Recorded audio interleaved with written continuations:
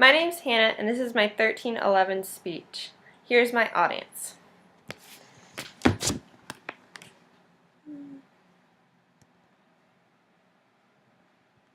Many people consider high school the best 4 years of their lives, but leaving it is actually pretty great too.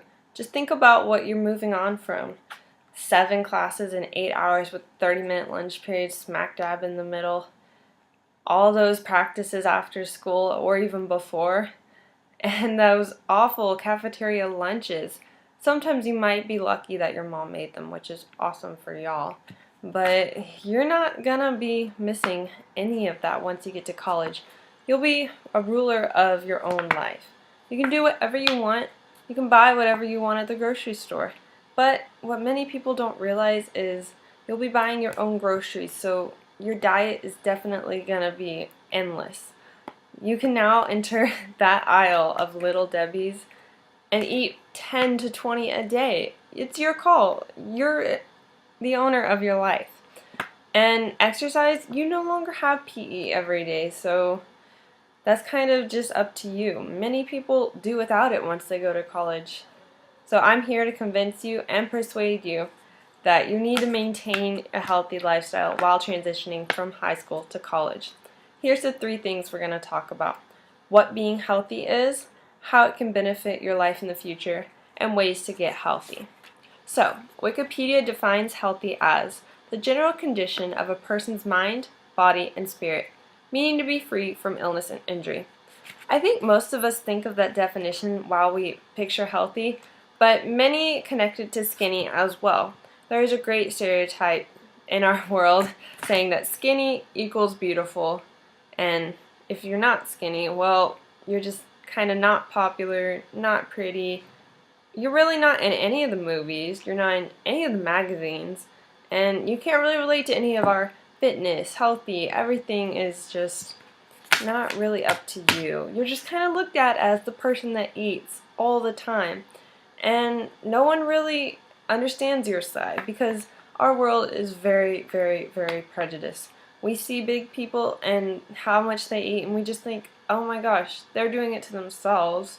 That's just gross. But what we don't realize is many big people are actually very fit. Most of them are just big boned.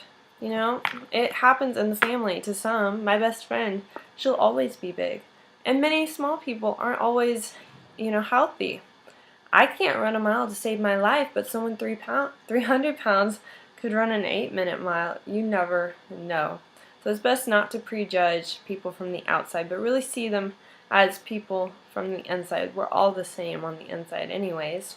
So, how can exercise benefit you? 1, it can help against heart disease by lowering blood pressure and reducing cholesterol. 2, it can help against arthritis by reducing pain and the stiffness in your joints from the movements you do. 3, it can help against cancer by cutting the reoccurrence of it by 50% in a lot of the cancers.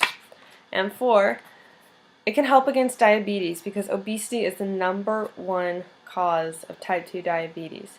And studies show that a weight loss of 5 to 7% in people lowers this disease chance by 58%.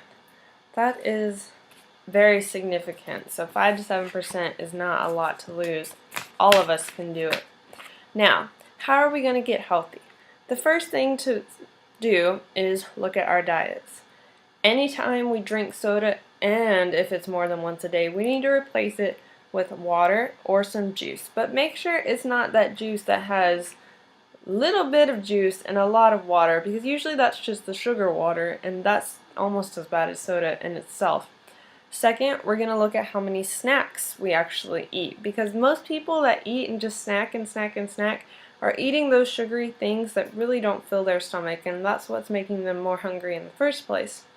Third, we're going to look at our fat, sugar, and salt intake and try to write that down, because those are the 3 things that really matter. Calorie counting isn't going to do much difference because calories are just a way that the body burns energy. So, now we're going to talk about exercising. The best way that I can recommend exercising is picking a partner to exercise with.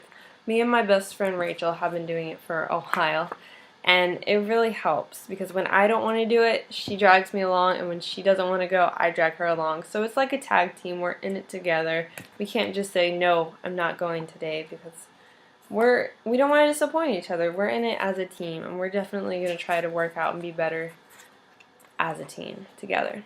So that would be my number one easiest solution for working out. Second solution would be to get a workout app on your smartphone.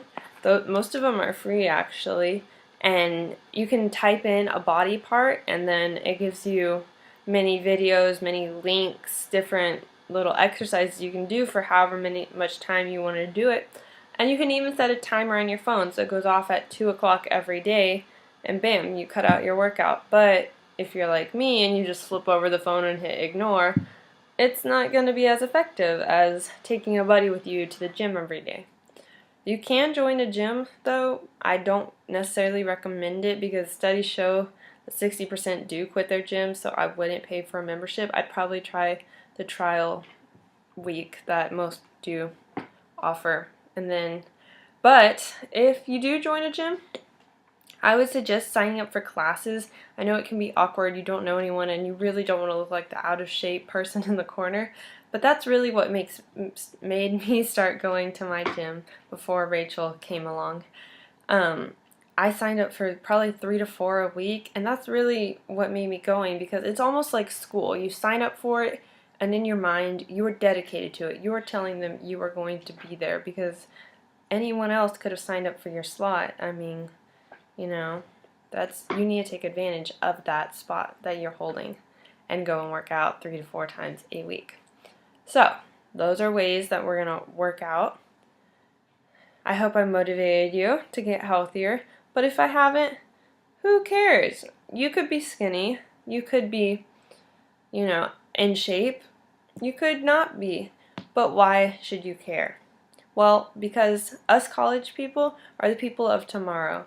And with 2/3 obese and 1/3 overweight, that's backwards, it's only going to get worse if we don't start somewhere. And we don't want to be the generation known for that. So, what I suggest is cutting down on that fast food, us college people, and participating in what many of these fast food restaurants are doing. Like McDonald's here, they now have these smart menus, and it shows you all the things you can get under a certain calorie limit. 400, 300, 200, 100. And there's actually more things than you would, think of. Medium fry is 380 calories. That is a lot. But if you do that and then a smoothie or even yogurt, you're already helping yourself out instead of going in there with your double cheeseburger and large drink. Thank gosh we got rid of supersizing many years ago. But it even tells you all the detailed nitty-gritty information in case you are a McDonald's addict and want to check it out every single day and have that as your diet. So, I hope I did motivate you to get exercise as you transition from high school to college. My name's Hannah. Goodbye.